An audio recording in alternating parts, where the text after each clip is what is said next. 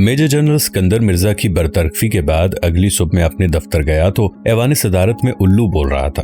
चारों तरफ सन्नाटा छाया हुआ था और इक्का दुक्का नौकर चाकर और गार्ड के सिपाही सरगोशियों में रात के वाकयात पर तबसरा कर रहे थे। जनरल अयूब खान ने सदारत का ओहदा संभाल लिया था, लेकिन वो अभी ऐवान सदर में मुंतकिल नहीं हुए थे।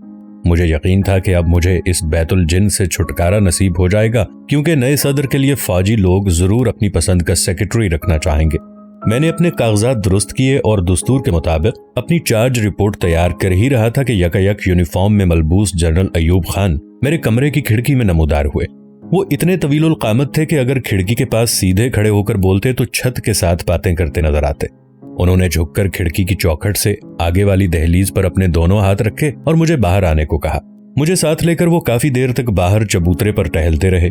पहले उन्होंने सिकंदर मिर्जा के साथ अपनी देरीना दोस्ती का जिक्र किया, फिर पिछले 2-3 हफ्तों के दौरान उनकी साजिशों और बेवफाइयों पर तवील रोशनी डाली। मुझे उनकी इस गुफ्तगू पर बड़ी हैरत हुई। जनरल अयूब खान से मेरे कोई करीबी मरासिम न थे, यूं ही दूर से रस्मी सी मुलाकात थी। मेरा ख्याल है सिकंदर मिर्जा को बरतरफ करने का उनके जहन पर किसी कदर बोझ था। वो इस किस्म की गुफ्तगू करके अपना बोझ हल्का करना चाहते थे। सुबह सवेरे मैं पहला सिविलियन था जो उनके हाथ आ गया। चुनाचे उन्होंने मुझे अपनी जहनी चांदमारी का तख्ता मश्क बना के सिकंदर मिर्जा के साथ अपनी वफादारी का हक अदा कर दिया। इंसान के दिमाग में ऐसी खुदकार मशीन नस्ब होती है जो अंदरूनी इज़्तिराब के वक्त उसे अपनी मर्जी की सुकून आवर गोलियां बना बना कर खिलाती रहती है। उस रोज सदर अयूब खान की पहली कैबिनेट मीटिंग होने वाली थी। कुछ वजीर बरामदे में आकर जमा हो गए थे।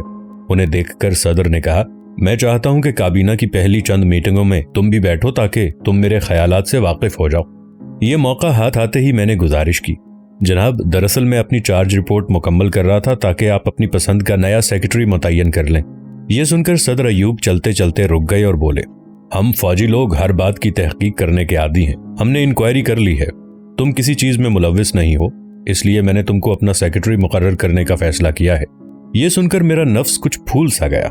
नफ्स जितना फरबा हो अक्ल उतनी ही कमजोर पड़ जाती है और कुव्वत फैसला पर खुद फरेबी का गुबार छा जाता है। मेरा भी हशर ऐसा ही हुआ। दूसरे बहुत से लोगों की तरह मैं भी इस गलत फहमी में मुब्तला हो गया कि नया सदर जो नया निजाम लाना चाहता है शायद वही मुल्क के लिए सूदमंद साबित हो। उस वक्त ये बात मेरे वहमो गुमान में भी न आई थी कि ये निजाम रेत का घरौंदा है जो अयूब खान की सदारत खत्म होते ही धड़ाम से गिर जाएगा। जमहूरियत बड़ी गैरतमंद और हासिद दुल्हन है। इसके ऊपर सौकन का साया भी पड़ जाए तो ये घर बार जलाकर खाकस्तर कर देती है। इस नए दौर में काम शुरू करते ही मेरे दिल में ये बात खटकी कि मार्शल लॉ नाफिज होने के बाद अब तक जितने सरकारी ऐलानात, कवानीन और रेगुलेशन जारी हुए हैं उनमें सिर्फ हुकूमत पाकिस्तान का हवाला दिया है। हुकूमत इस्लामी जमहूरिया पाकिस्तान का कहीं जिक्र नहीं आया।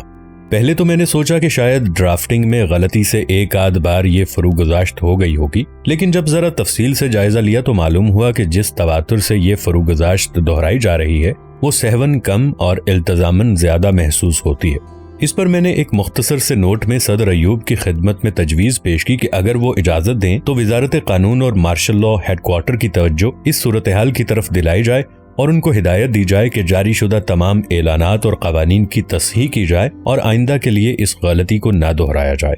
सदर अयूब का कायदा था कि वो फाइलें और दूसरे कागजात रोज के रोज निपटाकर मेरे पास वापस भेज दिया करते थे, लेकिन मामूल के बरअक्स ये नोट कई रोज तक मेरे पास वापस न आया। 5 नवंबर की शाम को मैं अपने दफ्तर में बैठा देर तक काम कर रहा था। बाहर टेरिस पर सदर अयूब अपने चंद रफीकों के साथ किसी मामले पर गर्मा गर्म बहस कर रहे थे। घंटे 1.5 घंटे के बाद जब सब लोग चले गए तो सदर मेरे नोट का पर्चा हाथ में लिए मेरे कमरे में आए। वो गैर मामूली तौर पर संजीदा थे। आते ही उन्होंने मेरा नोट मेरे हवाले किया और कहा, तुम्हें गलत फहमी हुई है। ड्राफ्टिंग में किसी ने कोई गलती नहीं की, बल्कि हमने सोच समझ कर यही तय किया है कि इस्लामिक रिपब्लिक ऑफ पाकिस्तान से इस्लामिक का लफ्ज निकाल दिया जाए। ये फैसला हो चुका है या अभी करना है? मैंने पूछा। सदर अयूब ने किसी कदर गुस्से से मुझे घूरा और सख्त लहजे में कहा, हाँ फैसला हो गया है। कल सुबह पहली चीज मुझे ड्राफ्ट मिलना चाहिए, इसमें देर ना हो। इतना कहकर वो खुदा हाफिज कहे बगैर तेज कदम कमरे से निकल गए। अगर मुझ में हिम्मत होती तो मैं भी उनके पीछे पीछे भागता और उन्हें रोक कर पूछता कि इस्लामी जमहूरिया पाकिस्तान से इस्लामी का लफ्ज हज़फ करने वाले आप कौन होते हैं, लेकिन इतनी हिम्मत मुझ में न थी, इसलिए मैं भी दुम दबाए चुपचाप घर वापस आ गया। बड़े सोच बचार के बाद सुबह के करीब मैंने प्रेस रिलीज तो तैयार न किया, लेकिन इसकी जगह 2-2.5 सफ़ों का एक नोट लिखा। इसका लुब्बे लुबाब ये था कि पाकिस्तान को इस्लाम से फरार मुमकिन नहीं। इस मुल्क की तारीख पुरानी लेकिन जोग्राफिया नया है। हिंदुस्तान और पाकिस्तान के दरमियान रेड क्लिफ लाइन सिर्फ इस वजह से खींची गई थी कि हमने ये खित्ता अर्ज इस्लाम के नाम पर हासिल किया था। अब अगर पाकिस्तान से इस्लाम का नाम अलग कर दिया गया तो हदबंदी की ये लाइन मादूम हो जाएगी। हम पाकिस्तानी सिर्फ इस वजह से बने कि हम मुसलमान थे। अगर अफगानिस्तान, ईरान, मिस्र, इराक और तुर्की इस्लाम को खैरबाद कह दें तो फिर भी वो अफगानी, ईरानी, मिस्री, इराकी और तुर्क ही रहते हैं। लेकिन हम इस्लाम के नाम से राह फरार इख्तियार करें तो पाकिस्तान का अपना अलग कोई वजूद कायम नहीं रहता। इसलिए इस्लाम हमारी तबे नाजुक को पसंद खातिर हो ना हो, इस्लाम हमारी तर्ज जिंदगी को रास आए या ना आए, ज़ाती तौर पर हम इस्लाम की पाबंदी करते हों या ना करते हों, हकीकत बहरहाल यही है कि अगर आखिरत के लिए नहीं तो इसी चंद रोज़ा जिंदगी में खुद गरजी के तौर पर अपने वतन की सलामती के लिए हमें इस्लाम का ढोल अपने गले में डालकर बरसरे आम डंके की चोट बजाना ही पड़ेगा, खा इसकी धमक हमारे हुस्ने समात पर कितनी ही गिरां क्यों ना गुजरे। जमहूरिया पाकिस्तान के साथ इस्लामिक का लफ्ज लगाने से अगर किसी का जहन कुरूने वुस्ता की तरफ जाता है तो जाने दें। दूसरों की जहालत की वजह से अपने आप को एहसासे कमतरी में मुब्तला करने की कोई जरूरत नहीं। साथ ही मैंने एक अलग कागज पर अपना इस्तीफा भी लिख दिया कि खराबी सेहत की बिना पर मैं काम करने की सलाहियत नहीं रखता, इसलिए मेरा इस्तीफा मंजूर करके मुझे रिटायर होने की इजाजत दी जाए। ये दोनों चीजें मैंने अपनी बीवी को दिखाई तो उसने मुझे खूब शाबाश दी और गालिबन मेरा दिल बढ़ाने को कहा कि मुझे क्या मालूम था कि आप अंग्रेजी भी इतनी अच्छी लिख लेते हैं। ये बात सुनकर मैं जल गया। मैंने कहा कि मोहतरमा, तुम अंग्रेजी जबान के चस्के में पड़ गई हो, ये नहीं देखा कि मैंने इस्तीफा भी लिख रखा है। शायद सचमुच इसकी नौबत भी आ जाए। इसके मुताल्लिक क्या ख्याल है? उसने कहा कि जाहिर है कि इस मामले में अगर आपकी बात रद्द हो गई तो इस्तीफा दे देना चाहिए। ये नौकरी चली गई तो कुछ और काम कर लेना। किसी काम को जी ना चाहे तो आराम से घर बैठकर लिखना पढ़ना। आखिर मैंने डॉक्टरी की डिग्री किस रोज के लिए ली है? हमारी शादी को अभी सिर्फ 1.5 बरस हुआ था। मैं दफ्तर जाने लगा तो इफ़्फ़त गालिबन शरारत से बोली कि आप सूरत हाल से निमट लेंगे या मैं भी साथ चलूं। मैं अपने ऑफिस वक्त से पहले पहुंच गया। ख्याल था कि सदर अयूब के आने से पहले अपना नोट टाइप करवा के रखूंगा, लेकिन वहां देखा तो सदर साहिब पहले ही बरामदे में टहल रहे थे। मुझे देखते ही कमरे में आ गए और पूछा, ड्राफ्ट तैयार है? मैंने जवाब दिया कि तैयार तो है लेकिन अभी टाइप नहीं हुआ। कोई बात नहीं, उन्होंने कहा, ऐसे ही दिखाओ। वो मेरे सामने वाली कुर्सी पर बैठ गए और मेरे हाथ का लिखा हुआ नोट पढ़ने लगे। चंद सतरें पढ़कर कुछ चौंके और फिर अस्सर नौ शुरू से पढ़ने लगे। जब खत्म कर चुके तो कुछ देर खामोश बैठे रहे, फिर आहिस्ता से बोले, yes right, yes your right. ये फिक्रा उन्होंने 2 बार दोहराया और फिर नोट हाथ में लिए कमरे से चले गए। इसके बाद इस मौजू पर फिर किसी ने कोई बात नहीं की। चंद रोज बाद मैं कुछ फाइलें लेकर सदर अयूब के पास बैठा हुआ था। वो अपनी डाक देख रहे थे। एक खत पढ़कर बोले कि कुछ लोग मुझे खत लिखते हैं, कुछ लोग मिलने भी आते हैं और कहते हैं कि दुनिया बदल गई है, अब मॉडर्निज्म और इस्लाम इकट्ठे नहीं चल सकते। मैं उनसे कहता हूं कि Pakistan has no escape from Islam. इसके बाद उन्होंने पै दर पै मेरे नोट के कई और फिक्रे भी दोहराए। उनमें ये अजीब सलाहियत थी कि अगर कोई बात वाकई उनके दिल में घर कर जाती थी तो वो बड़ी मासूमियत से उसे अपना लेते थे। एक रोज वो कहने लगे कि उन्होंने बचपन में कुरान शरीफ खत्म तो किया है लेकिन इसके मानी को समझने और इन पर गौर करने का कभी मौका नहीं मिला, इसलिए मैं उन्हें उर्दू का कोई आसान सा तर्जमा ला दूं। मैंने उन्हें 2-3 सादा से आसान मुतरज्जम कुरान शरीफ फराहम कर दिए। इनको उन्होंने बड़ी मेहनत और गौर से पढ़ा। बुनियादी अकायद, इबादात, निज़ाम कायनात और क़ससुल कुरान को वो आसानी से समझ गए, लेकिन जिंदगी की कुल्लियत और मजमूइयत का अहकाम इलाही के साथ जो मरबूत, मजबूत और अमली रिश्ता है वो पूरी तरह उनके फहमो इदराक की गिरफ्त में ना आ सका। कुछ अरसा उनके सर में ये सौदा भी समाया रहा कि कुरान मजीद को अकायद, इबादात, अखलाकियात, कवानीन, तमसीलात, क़सस वगैरह के उन्वानात के तहत भी तदवीन कर देना चाहिए ताकि हर मौजू के हवाला जात तलाश करने में आसानी हो। इस ख्याल में कुछ ऐसे अनासिर की हिम्मत अफजाई करते रहते थे जो दीन को इंज़बाती पाबंदियों से आज़ाद करके इसे सहल अंगारियों और तन आसानियों के सांचे में ढालने की कोशिश में लगे रहते हैं। जिस तरह इम्तिहान पास करने के लिए किताबों के खुलासे और पॉकेट गाइड मकबूल होते हैं, इसी तरह इस्लाम का ये नजरसानी शुदा आसान रंग भी सदर अयूब को बड़ी आसानी से मुतासिर कर देता था। लेकिन आम तौर पर यह तासुर आर्जी होता था, क्योंकि बुनियादी तौर पर वो एक अच्छे और सीधे साधे मुसलमान थे। 1960 میں جب وہ سعودی عرب کے سرکاری دورے پر جا رہے تھے تو عمرہ ادا کرنے کے لیے انہوں نے خاص طور پر تیاری کی۔ ان کی فرمائش پر میں نے انہیں مختلف دعاؤں کے مجموعے دیے جن کا انہوں نے چند روز خوب مطالعہ کیا۔ جس روز روانگی کے لیے ہم ہوائی جہاز میں سوار ہوئے انہوں نے دونوں مجموعے واپس کر دیے اور کہا، مجھے اپنے مطلب کی چیز مل گئی ہے، اب زیادہ لمبی چوڑی دعائیں یاد کرنے کی ضرورت نہیں۔ میرے استفسار پر انہوں نے جیب سے کاغذ کا ایک پرزہ نکالا جس پر ایک مختصر سی دعا اردو ترجمے کے ساتھ نقل کی ہوئی تھی۔ اس کا مفہوم یہ تھا کہ یا اللہ مجھے بغیر حساب کتاب کے ہی بخش دے۔ مکہ معظمہ میں ایک روز ان کے لیے خانہ کعبہ بھی کھولا گیا۔ جب ہم اندر داخل ہوئے تو شاہی معلم نے کہا کہ چاروں طرف منہ کر کے 2 رکعت نماز پڑھ لیں۔ یہ سنت پوری کرنے کے بعد صدر ایوب بڑے شاداں و فرحاں نظر آتے تھے۔ وہیں اندر کھڑے کھڑے انہوں نے مجھے بتایا کہ چاروں طرف سجدہ کر کے انہوں نے اللہ تعالیٰ سے یہ دعا بھی مانگی ہے کہ ہندوستان کے سامنے ہمارا سر خم نہ ہو۔ بیت اللہ شریف کے اندر مانگی ہوئی دعا کبھی رائے گاہ نہیں جاتی۔ 1965 کی جنگ اس کا کھلا ثبوت ہے۔ مدینہ منورہ میں ہمیں روضہ رسول کے حجرہ مبارک کے اندر جانے کی سعادت بھی نصیب ہوئی۔ اندر داخل ہوتے ہی صدر ایوب پر ہیبت اور رقت طاری ہو گئی۔ لمحے بھر کے لیے انہوں نے دونوں ہاتھوں سے روضہ اطہر کا غلاف تھام لیا اور ان کی آنکھوں سے ٹپ ٹپ آنسو گرنے لگے۔ زندگی بھر میں نے انہیں صرف ایک بار اس طرح اشک بار دیکھا ہے۔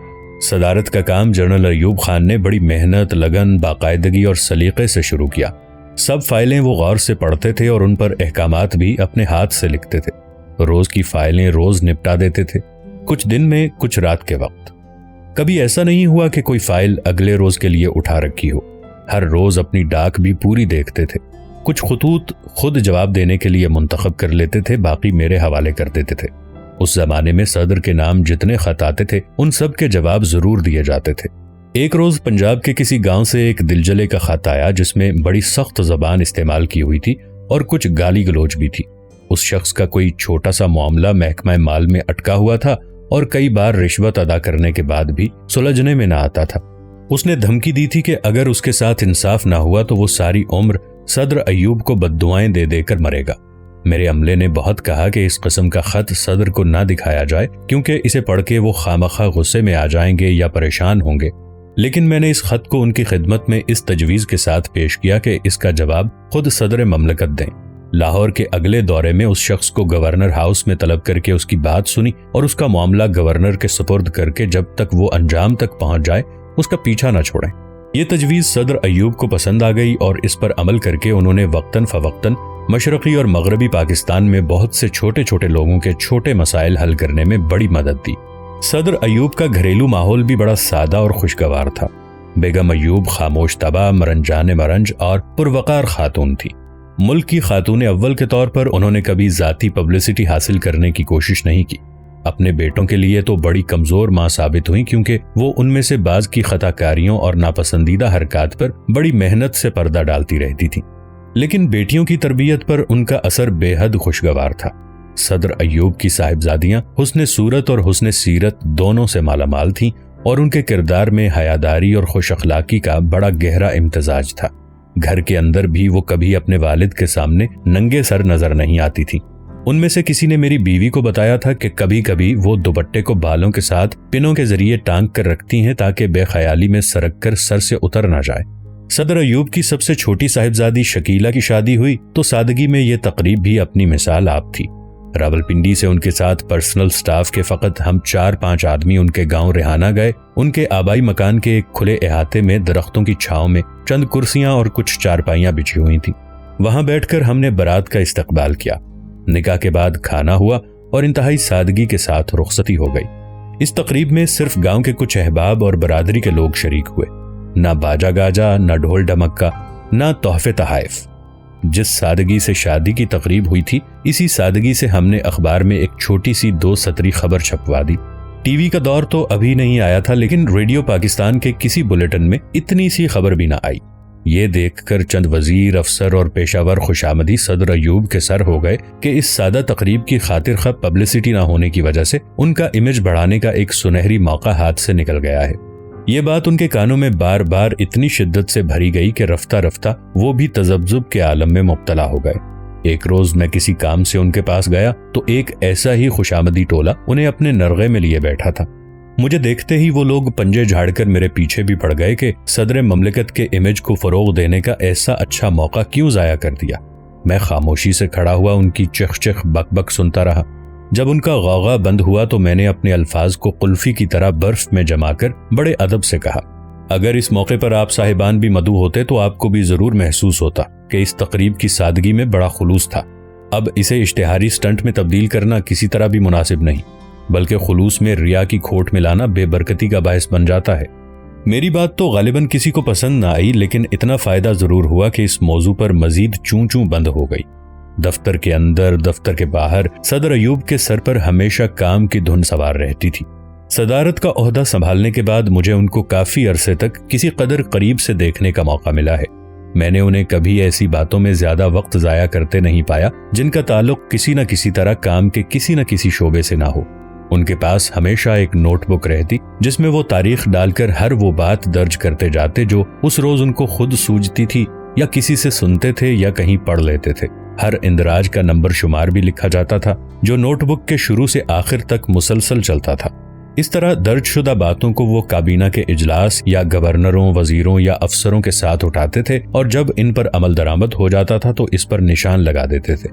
شروع کے 2 برس ان کی جو نوٹ بک ختم ہوتی تھی اسے میں اپنے پاس لے کر رکھ لیتا تھا۔